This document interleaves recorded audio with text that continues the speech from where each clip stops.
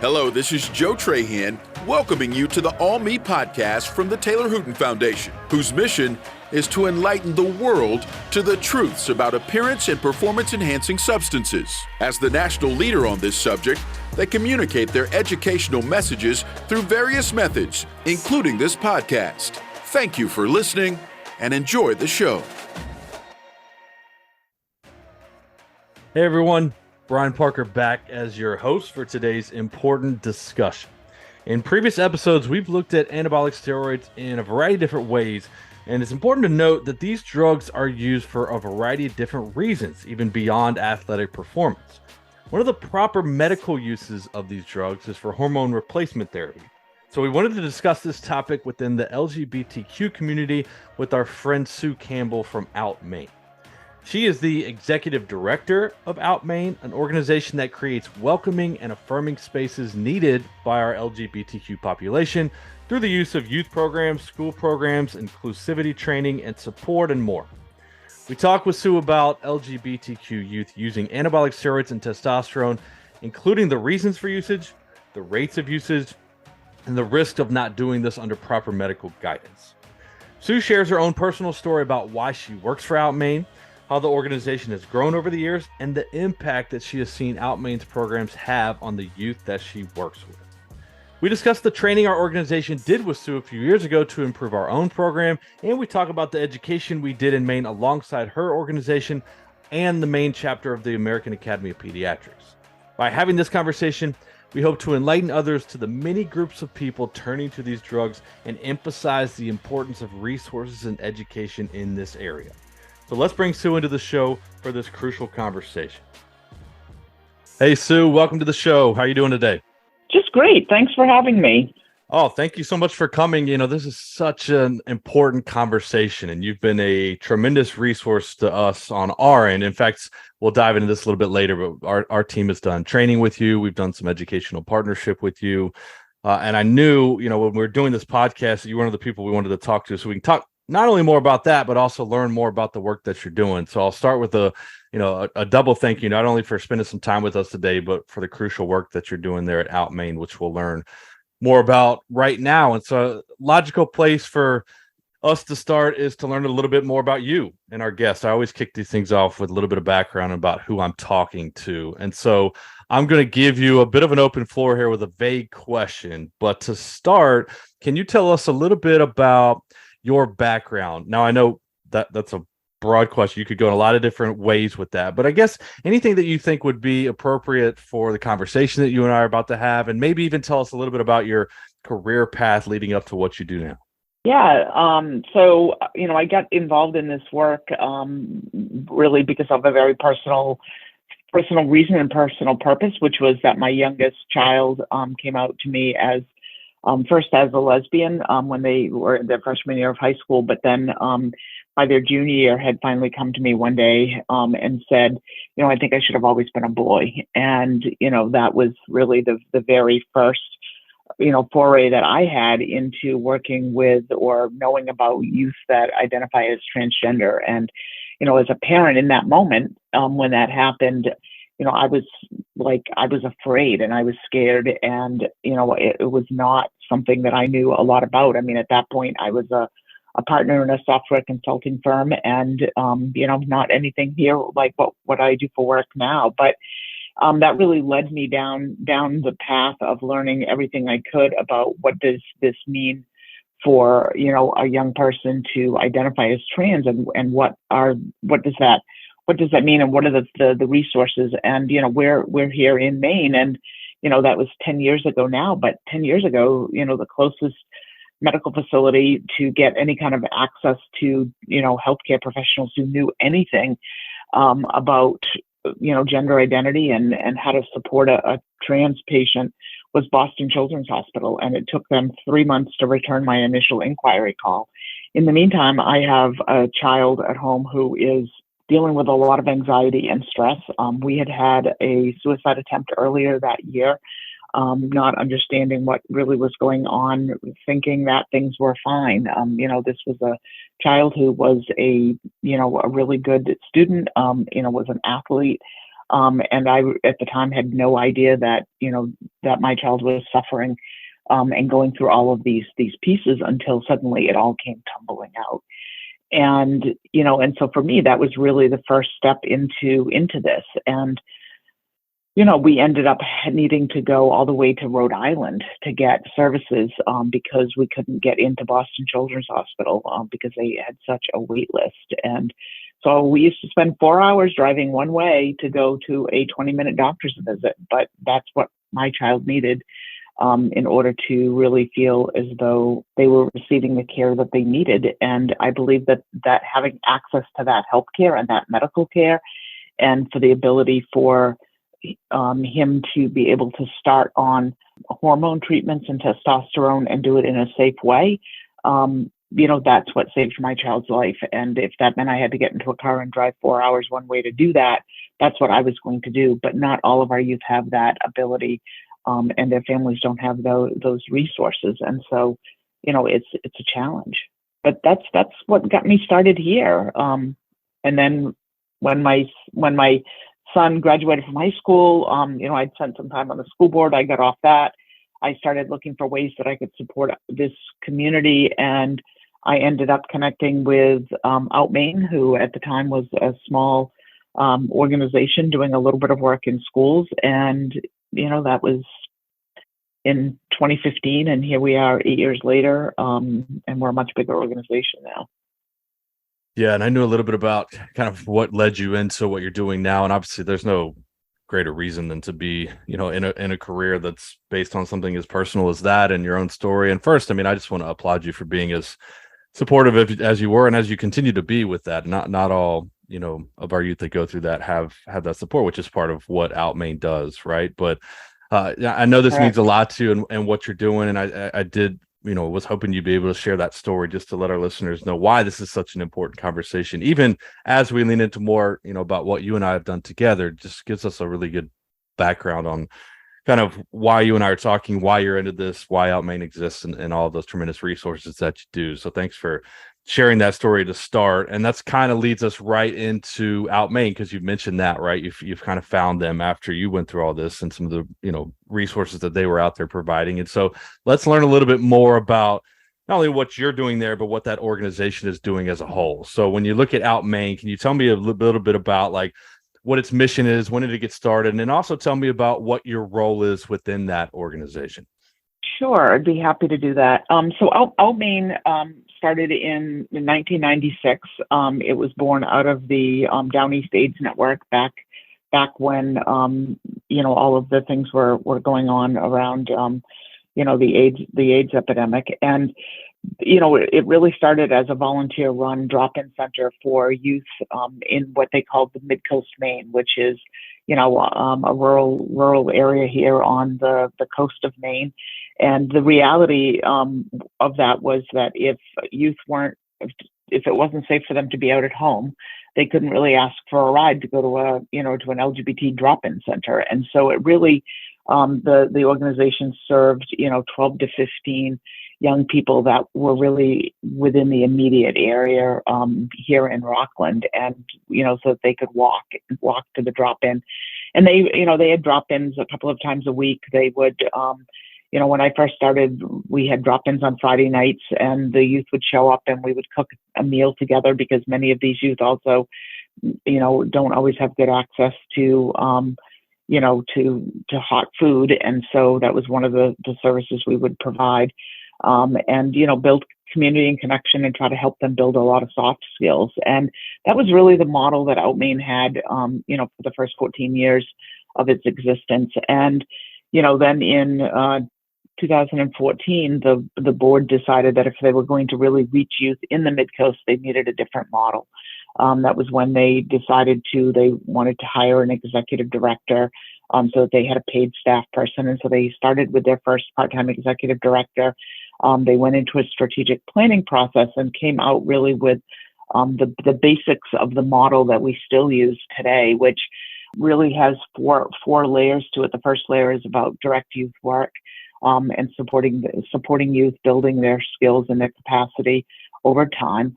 The second layer was about creating supports and resources for parents and families to help reduce homelessness, because about 40% of Maine's homeless teens identify as LGBTQ, and youth in foster care, their percentages are up in that same area.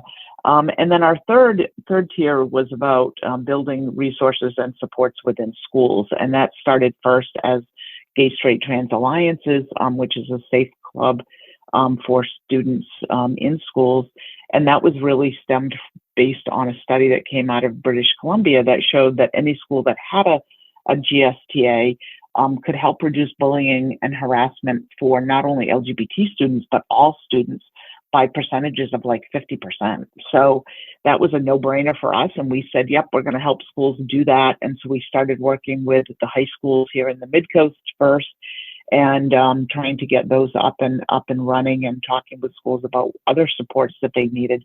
And then the fourth layer was really about developing what we refer to as safety nets within local communities, recognizing that, you know, every community is not going to be able to have an OUT Maine where youth can come. And so what are the resources and tools that other programs and other organizations need? And so that really was the beginning of our professional development programs, where we really, you know, began to train others to learn how to be supportive and to develop, you know, welcoming and affirming communities, which is our mission. Our mission is about developing welcoming and affirming communities here in the state of Maine. And so that was how OUT Maine started. And then, you know, we started getting, the more training we did, the more calls we were receiving, and we were really beginning to get calls from across the state. So in 2016, OUT Maine decided to take the leap to a statewide organization, and, you know, continue to deepen and expand our work across the state. So today we are now a full-time staff of 9, and we are doing work across the state, across all 16 counties. You know, we've trained a little over 18,000 professionals across the state since we started doing trainings in 2015. And then we have a whole host of programs for both our youth, including weekly programs that we're now running online thanks to the pandemic. Taught us that we can do a lot of things online as well as in-person programs. So like this summer, we're running a whole lot of what we call Out in the Park, where families and youth can gather and build connections and community and learn from each other and have a little fun while they're doing that. We have, you know, large weekend programs where we have leadership retreats to help youth build their skills and capacity. Our Rainbow Ball, which is our capstone event that we run in April, where we have about 150 to 200 8th through 12th graders come together along with their adult advisors for a weekend of education, as well as community building and skill building. And, you know, they get to have a talent show on Friday night because, you know, we find our youth are very involved in the arts and all of those things, and they love to perform for each other, and they all love to watch each other. So they do that on Friday night. Saturday night, they get to have a large prom, because for many of our youth, they don't have the opportunity to go to the school prom with the date that they would like to really go with, because they may or may not be able to be out at home or in their communities. And so while we are working diligently to build those welcoming and affirming communities, you know, it's not safe everywhere for everyone. And so, you know, we try to do what we can within our programs for youth to have those safe spaces. So that's really like, and then my role, you know, as I said, I started out doing a little work in the schools. I came in as like a school engagement coordinator. Eventually that I moved on into, as our staff grew, to doing the program director role, and then eventually moved into a deputy director position. And then as of last August, I'm now the executive director here at the organization. Yeah, you know, when I listen to you talk, what really comes to my mind the most is how needed these resources are, right? You start with, you know, something very small, and as you continue to grow it, you start to see, wow, like people really need this. Like, we should continue to expand this. We should continue to be there. We should do this program, do that. And I think that's what's most tremendous when I kind of listen to it, is to see how it's evolved to meet the needs of your community, right? I mean, I can even look at our story just a little bit is, some similarities there, right? When we first started this, it was like, okay, let's try to educate youth in North Texas about anabolic steroids and the dangers because of what happened with Taylor, right? And then we quickly start to realize, wow, you know what? This is not just a regional thing. This is not just an issue that was going on at his school. This is a nationwide thing that really, there's a need here. There's a gap in education. Let's continue to expand and grow this and get people the information and resources that they need. So there's some little bit of similarity in just, hey, we started small in this area because of a group or because of something that happened and continued to expand. So I applaud you for the work that you're doing. And thank you for sharing all the information about kind of the programs and the resources that you have, because that was one of the things I definitely wanted our listeners to know more about. And honestly, I know that you really just touched the tip of the iceberg. What I would actually invite people to do is to go to your websites, just outmaine.org, and I'll put the link in our show notes as well. But you can really dive into all the resources that are in place, not only on your website, but the programs you're doing there at OUT Maine. It really is tremendous, and I applaud you for all the work that you do and continue to expand. It's super important. So thank you for the background on that kind of sets the table for the rest of our discussion, which is really going to kind of start to transition into how you and I got together, why we're having this conversation, where the overlap is in the work that we're doing, which I think will be great for our audience to hear about as well. So before we dive into the specific usage data that kind of brought us together, let's further kind of set the table on the group that we're working with here, and more so what you're working with there in Maine. So can you give us a little bit more information on the demographic that we will be discussing? I guess specifically, do you have the numbers on what percentage of Maine teens identify as LGBTQ? And for those that are listening may not know what that's saying, lesbian, gay, bisexual, transition, or questioning, what percentage of teens in your state identify as that, which will kind of allow us to trickle down to the data that you and I overlapped on? Yeah, so I'm happy to do that. So here in Maine, our youth participate in a survey that's administered by the Maine Department of Education in conjunction with the Maine CDC, and they do this, in schools every 2 years, and it's the Maine Integrated Youth Health Survey. So the data that I talk about, that's where that's coming from. And our most recent data that we have available is the 2021 data. And in that survey, it's about 26.4% of Maine's teens identify as lesbian, gay, bisexual, transgender, or that they're questioning their sexual orientation or gender identity. And that number has continued to increase over time. As every one of these surveys comes out, that number keeps getting bigger and bigger. And about 6% of our youth identify as transgender. And so that number has continued to grow. When I think we were doing some work with you a couple of years ago, that percentage was closer to like 3%, and now it's up in that neighborhood of 6% or so. So those numbers have just, continued to grow. They're also now doing that same survey in the middle school and asking about sexual orientation. And, the numbers of youth that are identifying having a sexual orientation other than being heterosexual is somewhere in the neighborhood of, the same 20 to 25%. And so, the numbers are, we're seeing those numbers coming across, which is why we do all of these various programs and resources. And so I really appreciate that you'll share our information out.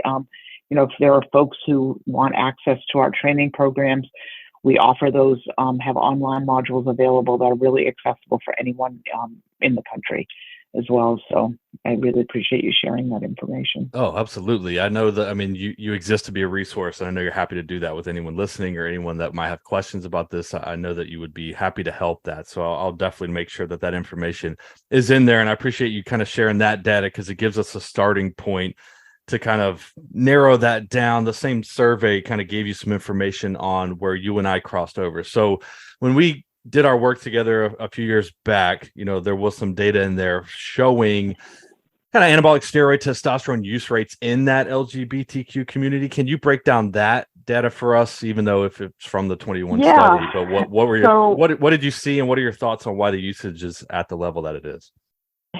Yeah. And so when I started doing some work with you folks, it got me thinking about the fact that our trans youth specifically are, having access to hormones is critically important for them, and they don't always have the ability to get access to those in medically for a variety of reasons. It may be that being able to even get to a healthcare facility is just not possible for their family, or it may be that they aren't out at home, or whatever it might be. And there's a process of what doctors need to go through before they will prescribe hormones. So I don't want to lead people to think that youth can just go knock on the doctor's door and suddenly they have access to it. It's not that simple. But for those youth who do need that medical treatment, it's really critically important for them to be able to have access to that. And so for youth who,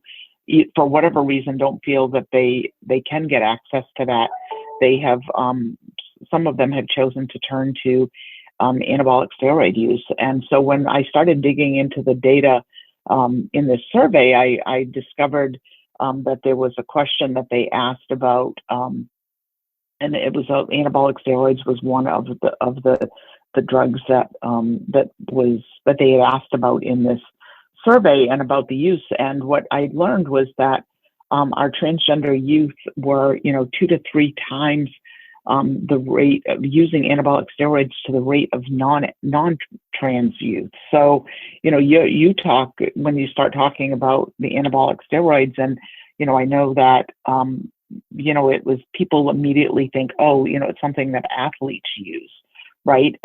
But in our case, it's not about athletes. It's about youth who are, honestly, most trans youth end up dropping out of sports because it gets complicated about what team they can play on, and they've got to deal with locker rooms, and they have to deal with, all of those other things that are very uncomfortable for them. So many of our youth choose to stop playing sports as they come out as being trans. So it has nothing to do with that at all. It's simply about the about them being able to begin to look and to have their bodies look and feel the way that they feel that they, how they want to feel. And, and so, we know how harmful that can be because, I'll let you talk about all of the scary things that can happen to young people who are using these anabolic steroids and what they may or may not actually even be getting when they get access to these drugs. So it's, I was shocked at how high those rates were. It's not a huge percentage overall of youth, but it's 3 to 4 times the rate of those youth who don't identify as transgender. Well, and this kind of leads us into the reasons why we wanted to have this conversation with you, because I could tell you that even us doing this as long as we have still run into that mindset a little bit that okay, we're talking about steroids here. You need to go talk to the football team, or we get put in that athletic box a lot. Right. And we actually consistently push back on that. Not that athletic pressure is not a real reason somebody wouldn't get involved with these drugs. It is, and will continue to be. And I don't want to dismiss that group at all. It's important to discuss that, but it's actually far from being the number one reason why young people get involved with this, right? I mean, we have situations that you're talking about with transitioning, and there's students that get involved for that. We have people dealing with body dysmorphia that are, I mean, honestly, the number one reason people get their hands on this stuff at all is just to feel better about themselves, to change what they look like. It's a body image drug, first and foremost. That's the number one reason we run into a lot of this, and that reaches into every demographic of people you can imagine, right? That's a pretty universal pressure. And so that's why I love these conversations, because I think it does open a few eyes when we discuss this on okay, look, there's a reason why we're doing this, right? There's a reason why we're doing this podcast, even though it has nothing to do with athletics. It's a crucial conversation because, as you've said, a lot of people are getting their hands on this for a variety of different reasons, right? And I also do want to be, again, I want to back up what you're saying, because when we talk about anabolic steroids in our presentations, we do always make sure that the audience knows, look, these were developed for legit medical reasons. And we do always include hormone replacement therapy as one of them. I view this as a very valid use of something like testosterone, right? But it does as you said, need to be done under proper medical guidance. Now that can be tricked, that can be hard, right? Just as you said, people have a variety of different resources to make that happen, right? But I know you probably run into this more than I do. Many students end up trying to do this on their own that could be for a variety of different reasons. They may not be out at home, whatever it might be, right? But when they end up doing it on their own, that's when obviously we could run into some concerns. I mean, how often do you see this happen? You probably run into this just with the group that you serve more than I do. Are you seeing that happening a lot? And what are your concerns with that, even beyond them not knowing what they're buying off the black market? Like, what other concerns do you have with this? Well, it's, the concerns, I mean, we see it happen, we're not seeing it happen at what I think of as an alarming rate. The percentage of youth, as I recall from the survey, was something in the 6 or 7%. So it's a small percentage, but the fact that it's happening at such a higher rate than it happens for non-trans youth is what is so alarming, and the fact that it happens at all.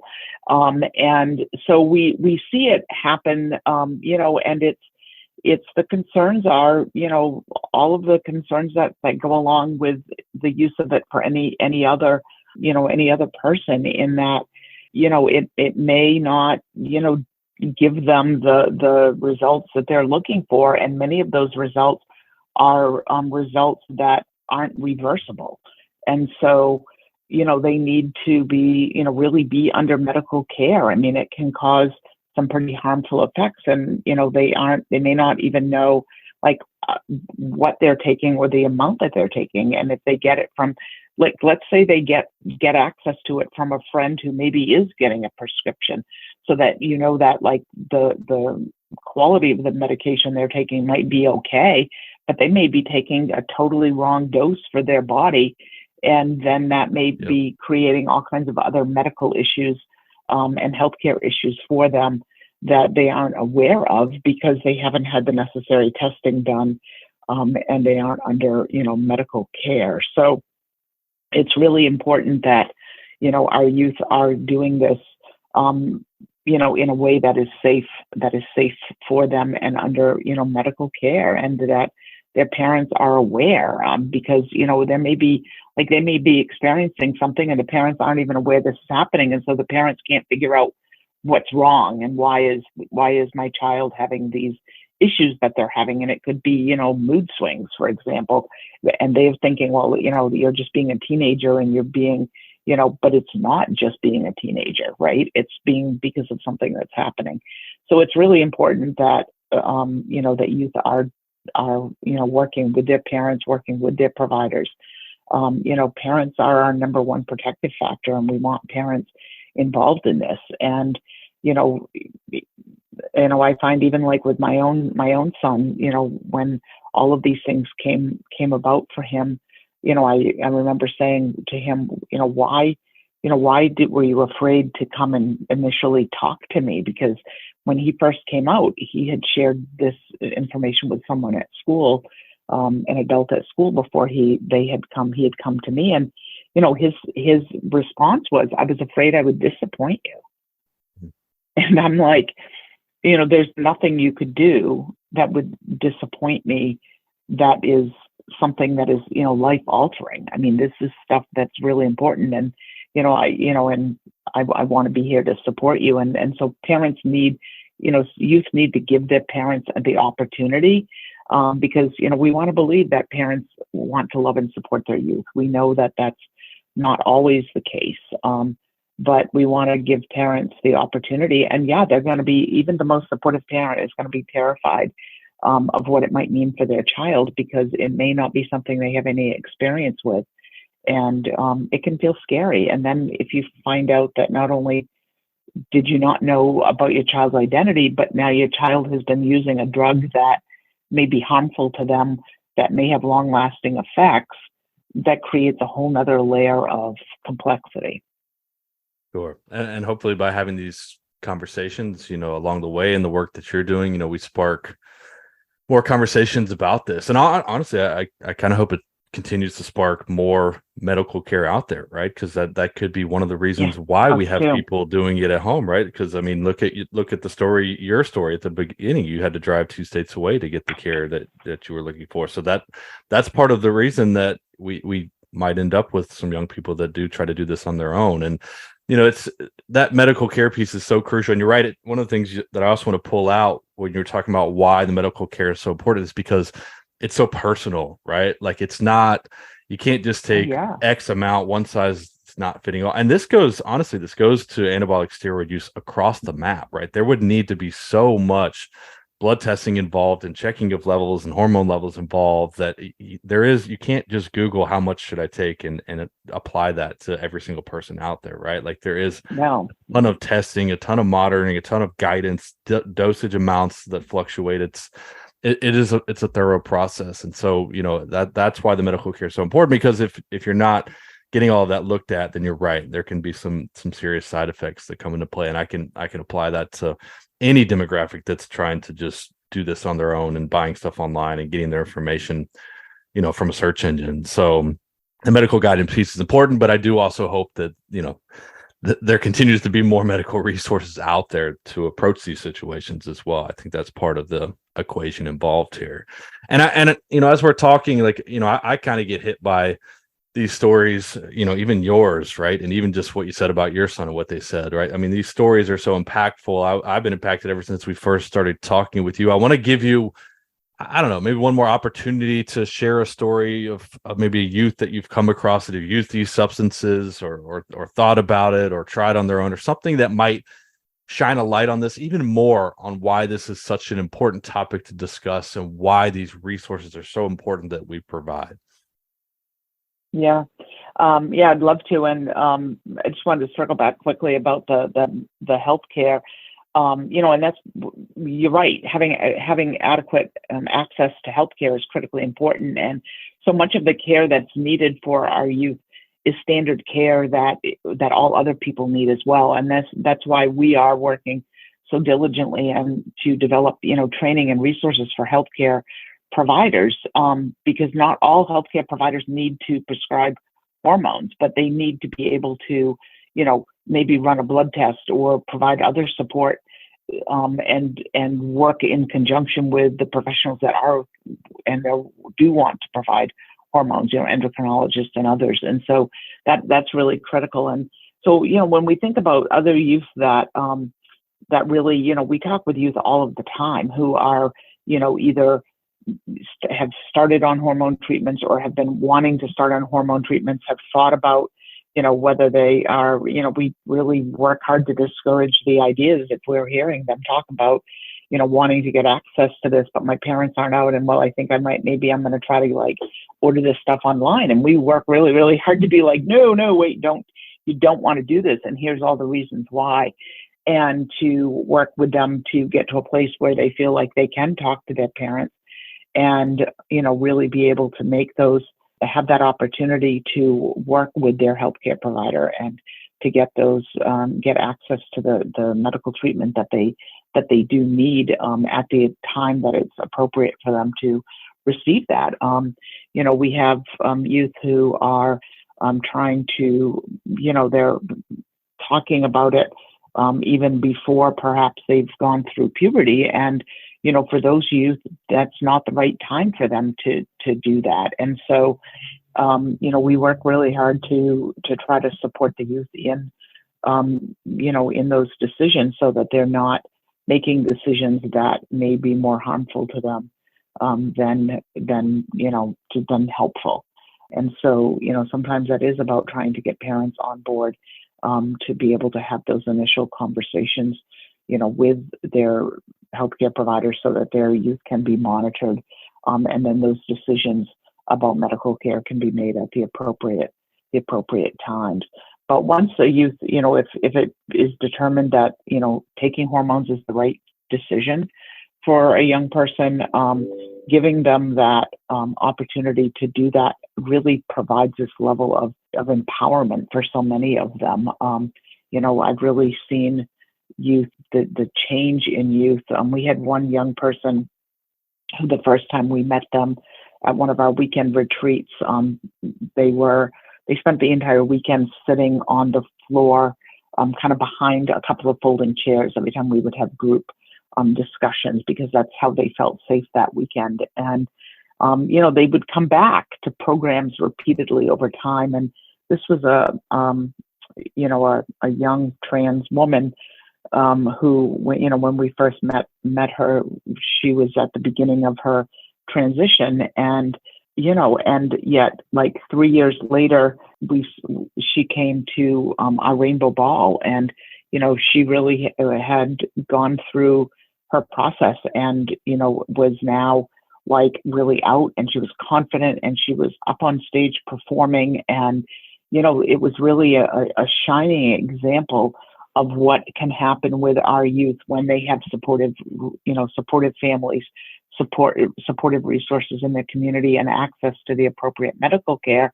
And I know in that particular situation, it's not about taking testosterone, but it is still about a hormone replacement, and about really being able to have access to those services and doing things in the right way. And I'll never forget when I saw her up on stage. At first I didn't even recognize her. She had changed so much and was so confident. And it was like, it was like a 180 from the young person that I had met a couple of years before that, at one of our leadership retreats, where they were very unsure of themselves.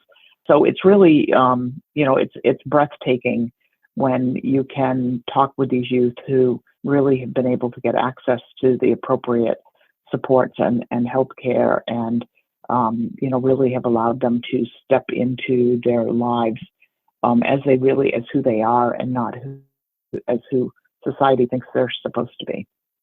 Yeah, it just speaks to the importance of what you're doing, and I can only imagine how rewarding that feeling is when you see those kinds of things take place, right? And you see the changes, and see how crucial those resources are, and what they can mean to the group that you're serving, right? And I almost, I can kind of pull out from that a little bit what the power of education is, what the power of just talking about these issues is, right? Because it allows that openness, right? If you talk about it, if you educate about it, right, I think it oftentimes allows people to feel comfortable talking about it on their end as well. And that's kind of where I want to transition us to one of our last couple things, because it is one of the other ways that we have overlapped between the two of us, and that is education, right? So we have teamed up for some education, right, in a couple of different ways, and I'll dive into that for a second. But if I would look at education as a whole, I want to split it up into why it's so important that we provide the education to your community, to the community, LGBTQ community, and it's also important to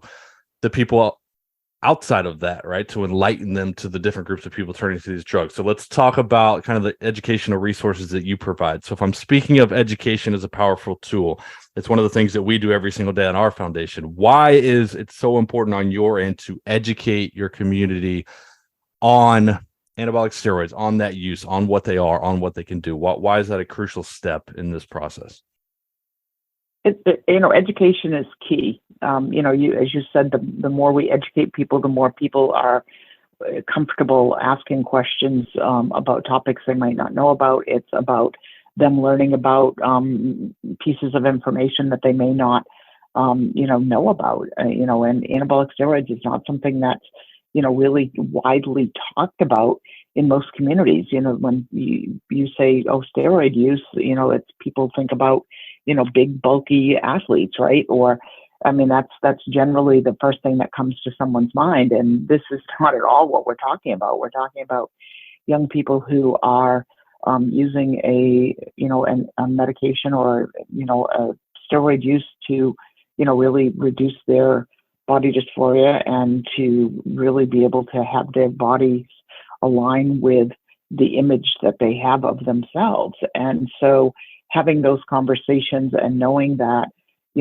while yes, what we are talking about is, people who are getting access to it in unsafe ways versus people who are getting access to these medications through their healthcare provider and are being used in the way that they are intended to be used, are two different things. And, we hear a lot of, this last year or so there's been a lot of, political and community pushback about our youth and all kinds of things. And, you're going to hear things that sound scary, like, well, doctors are just going to prescribe, all of these hormones to your kids, and this is going to, cause all of these, like, damaging lasting effects. And, that's not the case of what happens when you are working with your healthcare provider and your healthcare team.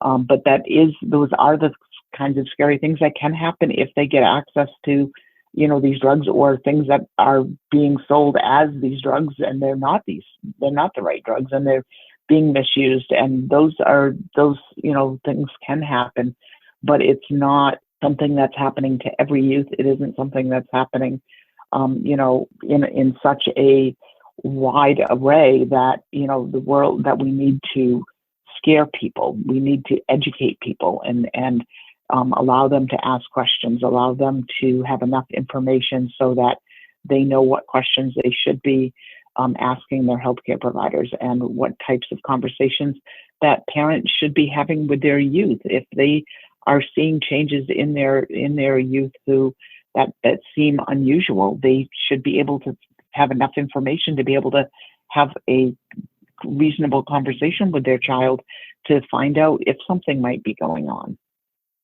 Yeah, information is powerful, right? It allows, people to make, I won't say always the right decisions, but allows people to be informed if and when they're facing these things, right? So you have some back. It's kind of what we do as well, right? It's like, look, we're not here to make decisions for people. We're not here. If all we're here to do is give you the information, right? So that every single person's in different situations, but when you're faced with those situations, you have something to lean on, you have something to rely on, you have that knowledge, right? To make the proper steps, in whatever goals you're trying to achieve. So it's important. I think it's at the apex of a lot of this, right? It's just having conversations, it's having education, it's providing information, right?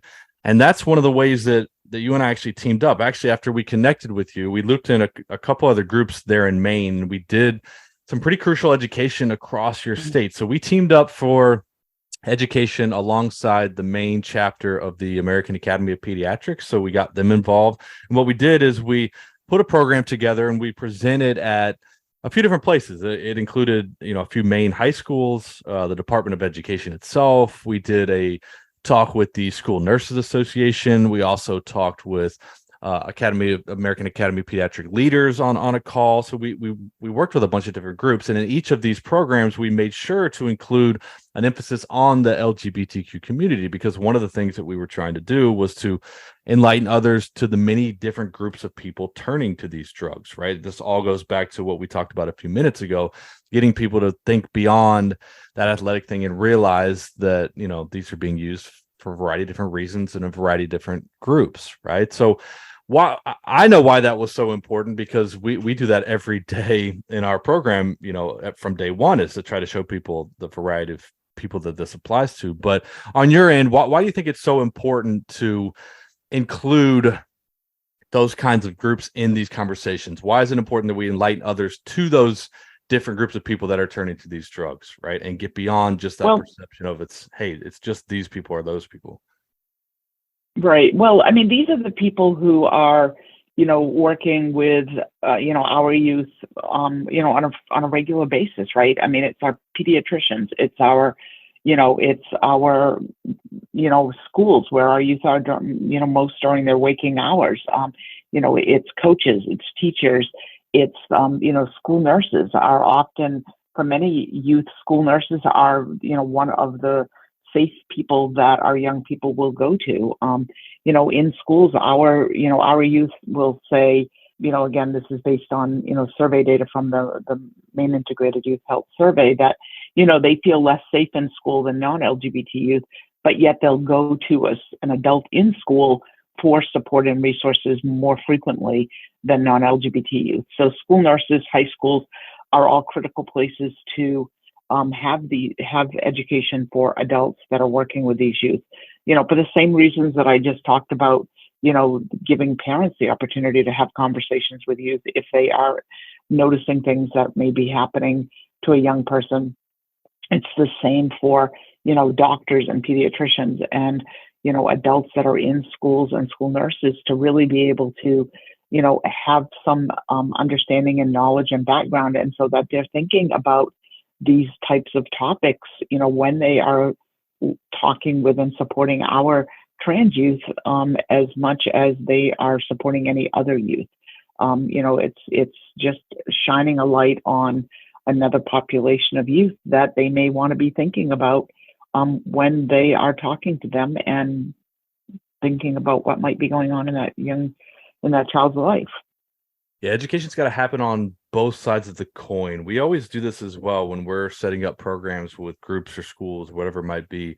I always say, look, I absolutely want to talk with your students. I want to talk with your youth, and that's one of the things that you're doing. But I also want to talk with their support system, right? I want to talk, if it's possible, to get parents in the room, or coaches in the room, or school nurses in the room, or athletic trainers in the room, or whoever, teachers, it doesn't matter. The people that are with our students on a daily basis, on an annual basis, it is just as important that they're up to speed on these issues and what's going on, so that, not only are they aware, but they're more comfortable if, talking about this, or if they get asked questions about it, maybe they feel like they can approach it, or they can find the right people that can approach it, right? It's got to be a two-sided thing here. We can't just talk with our students, and expect that to solve everything. We've got to talk to everybody, and that includes the support system for our youth, whoever that might be in every situation. So I agree, it's super important to be talking with anyone that we can about this. I always say, my thing is, anybody that'll listen to me talk, that's who I want to talk to, right? That's kind of how I look at it. It's that crucial, right? And I have one more little note on education, and I want to, this is kind of one of the areas I want to thank you as well. But when we first started looking at this educational partnership up in Maine, one of the things that we wanted to do was actually educate our staff as well. So we reached out to you. We did a training with you directly to make sure that when we do our presentations, we are being as inclusive as we possibly can of everyone in the audience. And I'll be honest, we changed our program as a result of that day. We changed some of the verbiage. We changed some of the ways we were saying, some of the things that we were saying. So I want to thank you for that, because that has meant a lot, in our programs when we're talking to people, right? And it can be something as simple as the words we were using, right? I mean, some of the things we may not have been connecting the dots on, right, that we're now much more aware of as a result. And so I want to not only thank you, but I want to give you a chance to kind of explain to our audience why something that may seem as simple as the words you use, right, but why that can have such a powerful impact on those that hear them. Yeah, that is, language is so critically important. And, I'm so glad to hear that, the training that I did with you was helpful and impactful for you. And, it's really, when we think about the youth that we work with and the language that we use, it's really about, making sure that we are being aware of the people that we are talking to and how they may identify. For our young people, things like names and pronouns are so critically important. And, if they are being called by the wrong name, or you're using the wrong pronoun, and you aren't making an effort to understand and accept this young person for simply who they are, that is going to be a barrier for that young person to trust you. And that's, we talk about that a lot with everyone that we, everybody that we train. What you said a minute ago about, you'll talk to anybody who's willing to listen. I feel that exact same way. We have specific audiences that we do trainings for, but honestly, we want to talk to everybody and anybody who's willing to listen, because sometimes making some really simple changes can be, key to engaging with and building some level of relationship and trust with, a young person. And, when they listen to what they have to say, and, make a concerted effort to use the right language, use the name that they're asking you to use. None of us want to be called by a name that isn't what, we want to use. I mean, even something as simple as, people have nicknames. I mean, my legal name is Susan, but nobody calls me that. Everybody calls me Sue.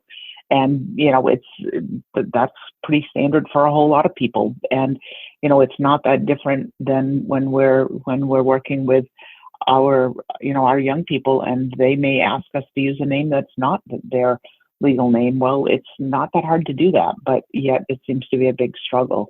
Making sure that we're being inclusive when we're talking in groups and not using language that's binary, not talking about boys and girls, but rather talking about children or youth or young people. It becomes much more inclusive. And when we begin to think about, how binary our lives are, you can very quickly begin to see why it is that we have been so divided in that way. And it's really critical that we think about inclusive language.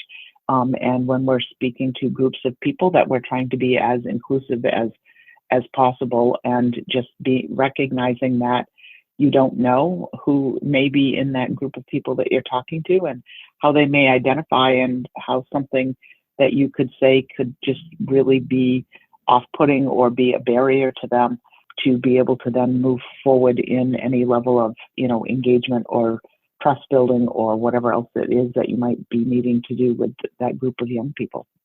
It's so powerful. I think a lot of us do it, and me, myself included, not even realizing that we do sometimes, right? Like it just becomes part of, your vernacular based on whatever, a variety of different things, right? And so then we talk to you, and a couple light bulbs go off. It's really been amazing on just some of the changes I've seen just from our program. I mean, I can be honest where I say a couple of my favorite moments were from programs I've delivered since that training, and since I've been much more aware of what I'm saying, right? Just the words and how I'm saying things. And I truly have had a couple members of the LGBTQ community. Honestly, I've had a couple of, transgender students come up to me afterwards and just thank me for including them. Just as simple as, some of the verbiage that I've said, and including, hormone replacement therapy and the valid use of that under medical guidance in the presentation to some of the things that we talked about. And it's really been rewarding. It's in some ways it's like, oh man, you feel bad if you ever made someone feel targeted before that, even if you didn't mean to, right? It's like just small little changes. It can go a really long way.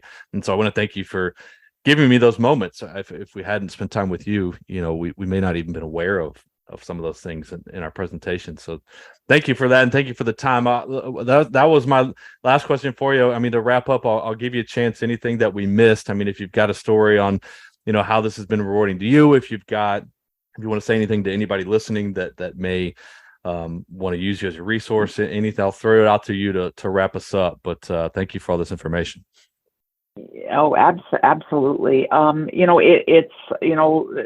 It's incredible when you have a young person come up to you and, just as you just described, like come up to you and say, thank you for including me. And this is how our programming, makes a difference. And we get those young people who will, come up to us and share, very personal stories about how being able to engage in our programming has really been life-changing for them, and really has given them that space to, build their confidence and learn skills and, not feel as though they are alone and othered. And that's really, really critical. And, for our programs, we are located here in Maine, but, as I said, we do have programs that are, online. We run weekly youth groups for youth between the ages of 9 and 22. That, anyone, we have people who, come into those groups, those online groups from other places, and we welcome anyone. Our parent groups, parent and family groups, we run twice a month. Those are also online. One runs, around the lunch hour for people who can take that time during that time of day, and one runs usually around, I think it's around 6 o'clock. But all that information is available on our website. If, any of your listeners are like, wow, I'd really like to check out some of those programs, please get onto our website, register for, any of those programs. We have a whole resource library. We have guides with various information for, youth programming practices. We have resources for healthcare and mental health practices. We have resource guides for, youth serving organizations on, ways to make their programs more welcoming and affirming. So, those resources are available. We'd love to have people access those and download them from wherever they may be in the country. So, while we are based here in Maine, so much of the work we do is really, relevant to people wherever they live. And, we know that we've got folks that are living in all sorts of parts of our country that may not be as welcoming and affirming as some of our communities are here in Maine. So, please reach out, please, use our resources and join our programs, if they're helpful for you. And I'll back that up. Truly, I mean, Sue will absolutely help you with any of this, and she means it. Please don't hesitate to reach out. I mean, she is a great resource. OUT Maine's a tremendous resource, and they're here to help, and they helped us in a couple different ways. It's we're very grateful for that and for the education that we teamed up for in Maine, and we're grateful for this time and this information that you just shared with us. It's a crucial conversation. It's crucial work that you're doing. Can't thank you enough for, including us along the way as well. And so thank you for your offer to help. I know that's what you do. I know that's what you're there for. So I will make sure that information is in the notes. Please don't hesitate to reach out. And above all else, Sue, keep up the great work. Thank you for the time. And I'm sure we'll be in touch again soon. Well, likewise, Brian, thank you so much for having me here today, and thank you for all the good work you do, and, and your willingness to, think about, our youth in the work that you do as well. So I look forward to, talking again in the future. Absolutely. Thanks so much, Sue. Well, that's it for today's show. Thanks for listening to the All Me podcast from the Taylor Hooten Foundation, a nonprofit organization leading a national campaign to enlighten people to the truths about appearance and performance-enhancing substances and inspiring people to live and compete without the use of these substances. Please be sure to subscribe to our podcast and tune in to our next episode.